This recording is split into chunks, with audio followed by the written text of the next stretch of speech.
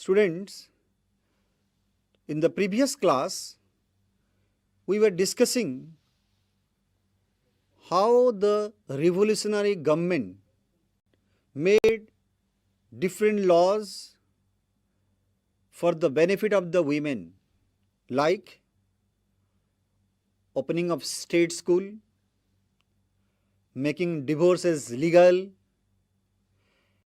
So all sort of things were changed during the 17th century.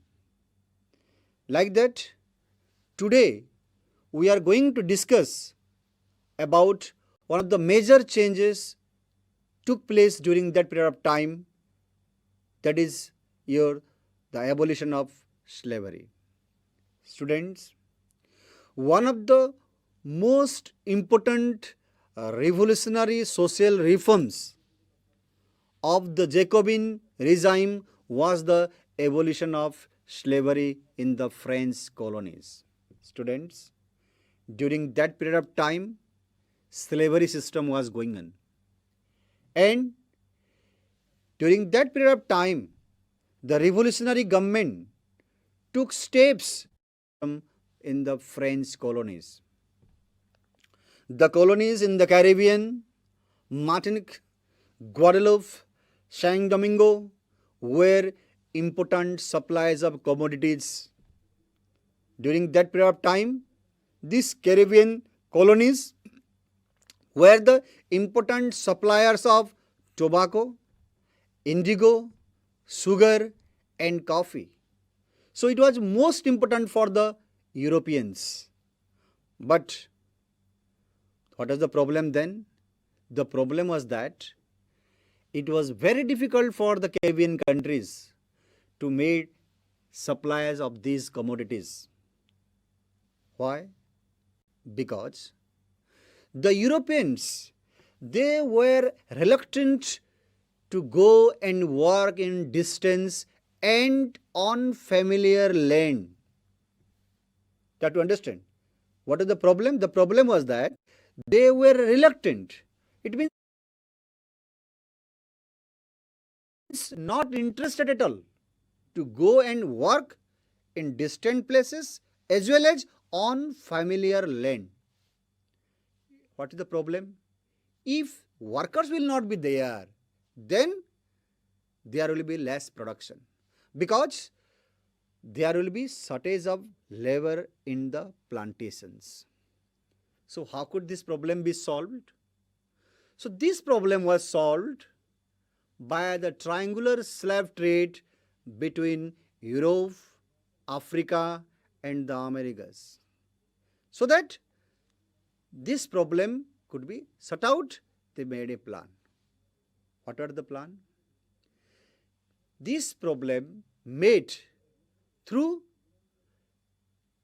slave trade. How it was made? The French merchants sailed from the port of Bordeaux at Nantes to the African coast. There, they bought slaves from the local chieftains. The local chieftains of that areas, they had already brought slaves from the local areas. And these merchants, they reached there and bought slaves from the local chieftains. After that, these slaves were branded and shackled and packed tightly into the ships. Whenever we are packing some goods and throwing to the different vehicles to transport from one place to another place, like these slaves were branded and shackled. Thereafter, they were packed tightly into ships, and it was taking 3 months period to reach the Caribbean colonies through the Atlantic Ocean. And after that, they were sold to the plantation owners. You see, the Europeans, they were reluctant to work. Result of that, this problem was solved through slave trade. And after bringing these slaves from the African coast, they were sold to the plantation owners. You see, this is the image how the slaves were shackled and kept inside the ship. You see, this is another image how they were kept inside the ship and brought to the French colonies, where they were sold to the local plantations owner. What they were doing now? These plantation owners, they bought from the French merchants and they started exploiting them. The exploitation of the slave labor made it possible to meet the growing demand in the European markets. There was more demands of tobacco, indigo, sugar in the European markets.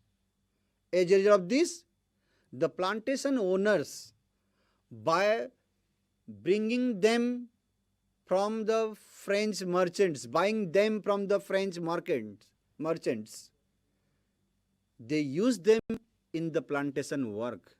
As a result of this, the production will grow, so that they can supply to the European countries.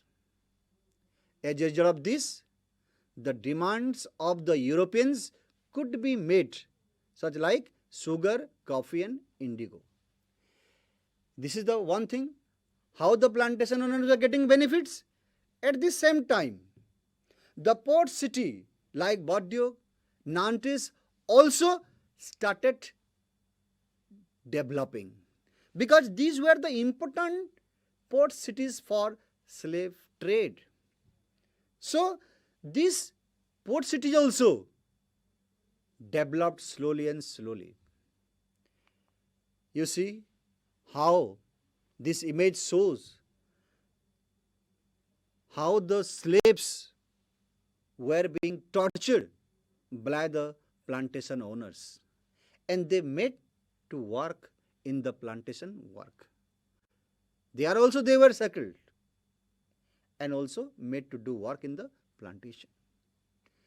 You see, particularly this picture here, it shows how the slaves working as a labor, that is called slave labor, because one of the benefit of the plantation owner is that once they will purchase these slaves, buy the slaves from the French merchants, there is no need of paying any remuneration or wages to them, so that throughout the day 24/7 they will work for their master. This is the benefit of the plantation owners, what they were getting by purchasing or buying slaves from the French merchants. And you see, this picture shows how the French plantation owners, they made them work in the plantation work. They are working in the sugarcane field. And in this way, the plantation owners were exploiting the slaves. You see, at another picture, image, which shows how the slaves were made to work in the plantation works, so that they could supply or they could meet the demands of the European markets. This was the benefit for the plantation owners. And though this was going on in French colonies during that period of time, no one was there to raise voice against this practice, because it is an exploitation of the slaves. Throughout the 18th century, there was no criticism of the slavery in France. No one was there criticizing the prevailing system of slavery. But later on, the National Assembly also held long debates which should be extended. Though discussions were made during that time in the national assemblies, still it was not able to pass any laws. Students, National Assembly was the legislative body. It could make law. Then what is the point that the National Assembly unable to pass any law regarding the exploitation of the slaves' labor? The reason is that the member of the National Assembly, they were the rich and prosperous section of the society. Because, and these people, most of them were the plantation owners and whose income were totally dependent on slave trade. So if they will raise their voice against the slavery system, and if they will pass law in the National Assembly, then it will affect their business. How could they pass this law against their own? Was unable to pass any law regarding the abolition of slavery system in France, only because of fearing whose income was dependent on the slave trade.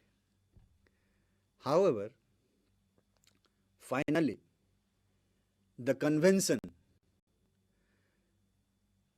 passed the law to free all slaves in the French overseas possession. But though the convention passed this law, it was turned into be a short-term measure. Why? Why it was turned into be a short-term measure? Because after 10 years, again it was reintroduced by Napoleon Bonaparte. In this way, it continued for some period of time. At last, it was abolished in the year 1848. The slavery system was abolished from the French colonies in the year 1848. In this way, France abolishes slavery system. Students, though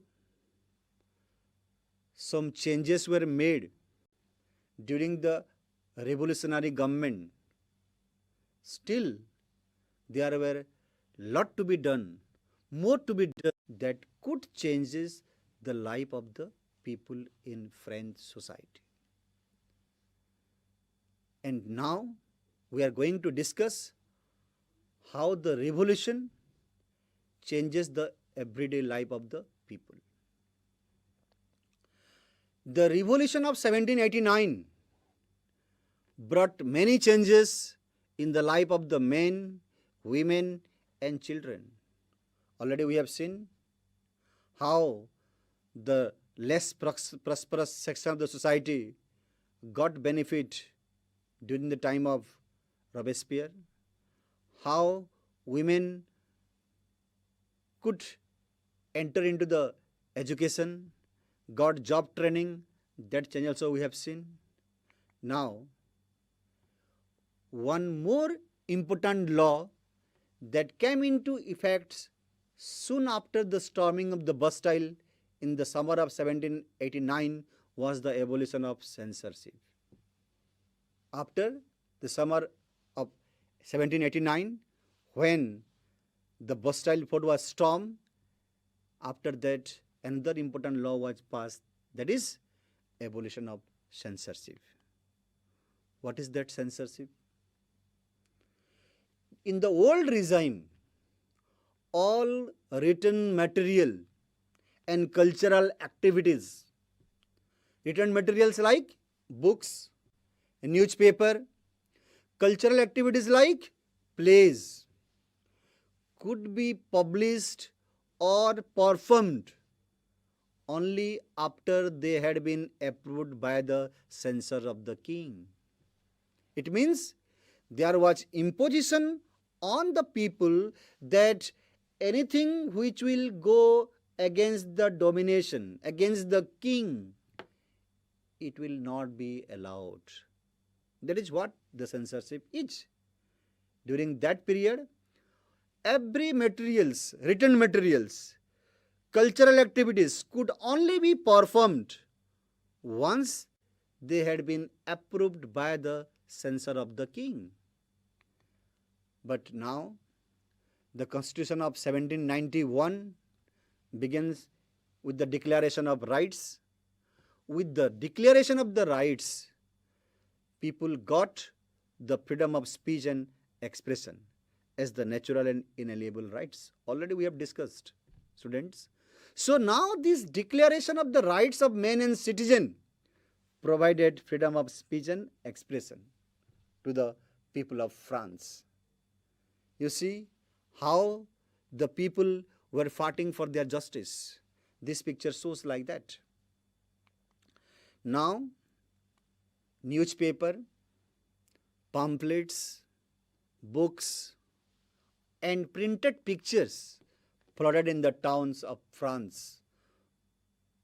Earlier, everything has to be permitted by the king. Once they will get permission, then and there it will be in the market. But now, as the people have got the freedom of speech and expression with the Declaration of Rights, now newspaper, pamphlets, books, and printed pictures flooded in the market of France. And thereafter, from this market of France, it is spreaded to the different part of the countryside. Countryside means what? To the village area. Because all these books were available in the town first. Then it is traveled to different part of the countryside. What will happen? Now the people, those who were there in the village area also, they could get about the different books, different newspapers, and what was there in that newspaper, what was there in that pamphlets, what was there in the books. That was the books, pamphlets, newspaper, all sort of things which were published during that period of time, full of the description and discussion of different events and changes taking place in France during that period of time. All those newspapers, pamphlets, books, and many printed pictures, that these papers, these books, these pamphlets were full of description of those events which were taking place during that period of time in France. Now what will happen? Slowly and slowly, people also came to know what was happening there in the cities of France. At the same time, the people also got the ideas about the different events taking place in France. So in this way, the life of the people gets changed. Freedom of press also meant that opposing views of events could be expressed. Now before the people were not able to express their views because there was the censorship of kings. Now it is abolished. So that now the people are able to express their views because they have got the freedom of speech and expression. And freedom of press is a part of the freedom of speech and expression. Plays, songs, festive procession attracted large number of people. Plays, those were staged in different part of the cities of France, were to make conscious the people about their rights. A song during that time, to raise their voice against the existing practices, which are inhumanitarian, so that people could be educated. The image shows how the people were raising their voice against the domination by getting the ideas from the newspaper, books, pamphlets, or different plays shown during the time, staged during the time. Students, now we have come to the conclusion part of this chapter. 1804, Napoleon Bonaparte, the Emperor of France. He was an ambitious ruler. He was having higher expectation. For this, he set out to conquer neighboring European countries, disposing dynasties and creating his own members of his family. He set out and conquered different parts of European countries. And thereafter, after conquering those parts, he placed his own family member there to rule those parts which were conquered by Napoleon Bonaparte. In this way, he conquered vast areas of European countries. You see, the image of Napoleon Bonaparte, when he was set out to conquer different part of the European countries, he was only having one thing in his mind: to expand his territories.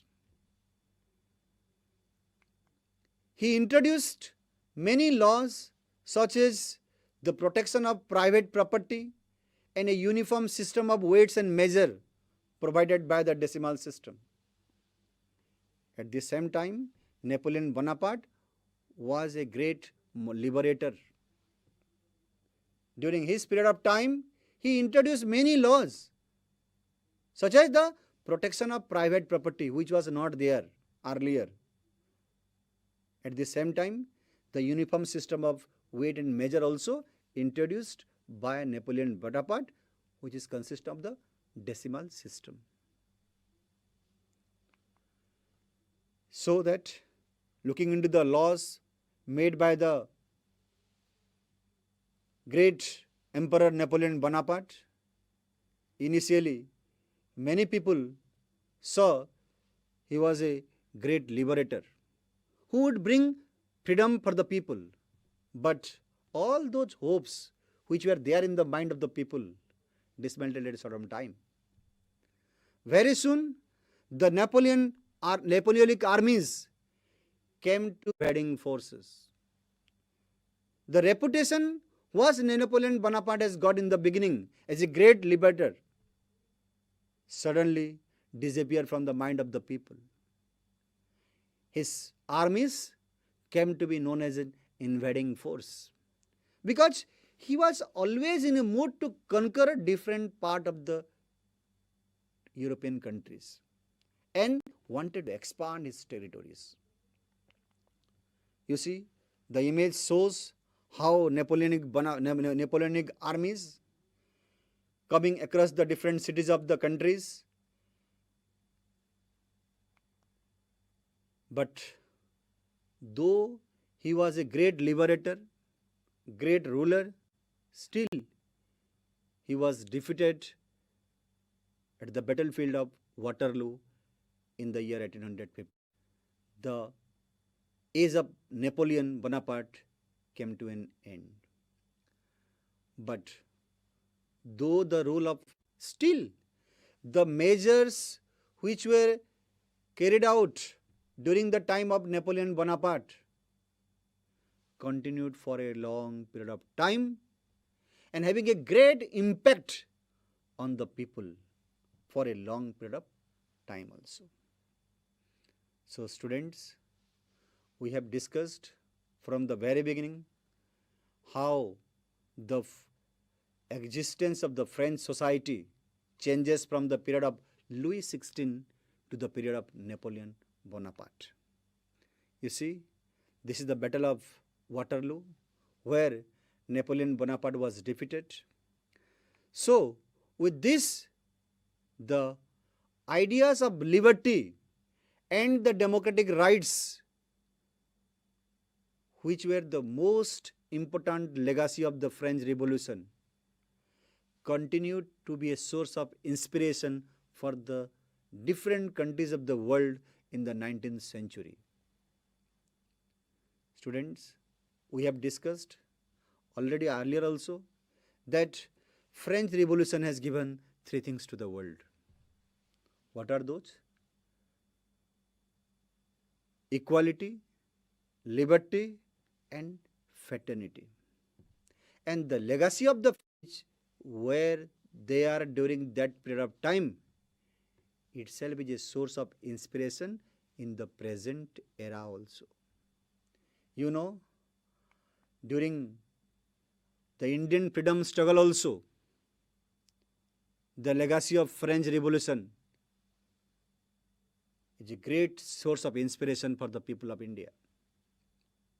Many colonies who were there raising voice against their existing government, existing ruler, they got the idea from the French, moved towards the creation of a sovereign nation states.